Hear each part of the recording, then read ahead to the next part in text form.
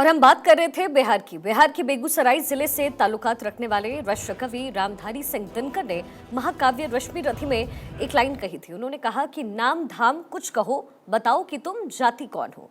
बिहार में इस वक्त यही चल रहा है, नाम से पहले जाति पूछी जा रही है। बिहार में जाति आधारित जनगणना की रिपोर्ट का पूरा विपक्ष अभी जश्न मना रहा था और उसी समय जाति जनगणना रिपोर्ट को नीतीश का मास्टर कार्ड इस वक्त बताया जा रहा था कि नीतीश कुमार की जाति जनगणना अब उनके ही गले की फांसबंदी नजर आ रही है, क्योंकि अब नीतीश कुमार की जाति जनगणना की रिपोर्ट सवालों के घेरे में आ गई है।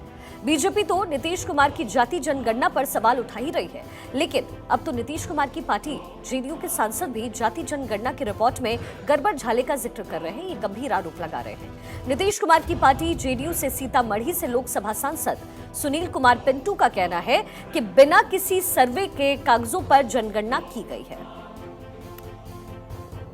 इसके साथ ही उन्होंने क्या कुछ कहा है ये भी आपको हम सुनाएंगे और नीतीश पर कैसे गंभीर आरोप लगाए हैं उनके पार्टी के ही सांसद ने। नीतीश की पार्टी के सांसद ने सर्वे पर ही सीधा सीधा सवाल उठाया। जेडीयू सांसद सुनील कुमार पिंटू का सवाल है कि तेली समाज का सर्वे ही पूरी तरीके से गलत हुआ है। बिहार में तेली समाज 2.81% से ज्यादा है। ये बातें सुनील कुमार की तरफ से कही गई। कई जिलों में जनगणना करवाई ही नहीं गई, ये भी बात सुनील कुमार कह रहे हैं। 8 अक्टूबर को पटना में तेली साहू समाज सौंपेगा सीएम को एक ड्राफ्ट, जिसके बाद नीतीश कुमार क्या करते हैं ये देखना दिलचस्प रहेगा। सबके अंदर कशमकश है कि कहीं न कहीं संख्या को कम करने या विलोपित करने की कोशिश की गई है। इसलिए फिर मैं कहूंगा, नीतीश कुमार जी, अगर आपने ये फॉर्मेट बनाया है ट्रेनिंग के लिए तो कृपया करके प्रदेश को बताइए कि इस प्रदेश में कितने परिवार से गणना की गई और कितने परिवार के मुखिया का हस्ताक्षर या अंगूठे के निशान है। जगह से मैंने कल कई प्रश्न उठाया है और मुख्यमंत्री ने स्वीकार भी किया कि कई आपत्ति, कई लोग छूटे हैं, कई गड़बड़ियां हैं और आपत्ति के समाधान और निदान के लिए आपके पास कोई मैकेनिज्म नहीं है।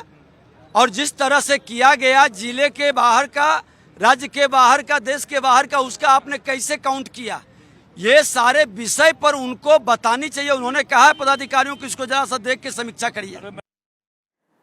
तो बिहार सरकार की जातीय सर्वे पर लगातार सवाल उठ रहे हैं। विपक्ष का आरोप है कि बिहार में जाति जनगणना को लेकर के सिर्फ खानापूर्ति की गई। वोट बैंक को साधने के लिए नीतीश कुमार ने घर बैठकर ही जाति जनगणना करवा दिया है। क्या कुछ कहा गया है इसमें ये भी आप समझिए। यादवों की आबादी बढ़ाकर के दिखाई गई सर्वे रिपोर्ट में। यादवों की आबादी है 14.3%। तेली समाज की आबादी को घटा करके बताया गया सर्वे रिपोर्ट में। यादवों की आबादी 2.8% और घरों में जाकर के सर्वे नहीं किया गया, ये गंभीर आरोप लगाया गया है।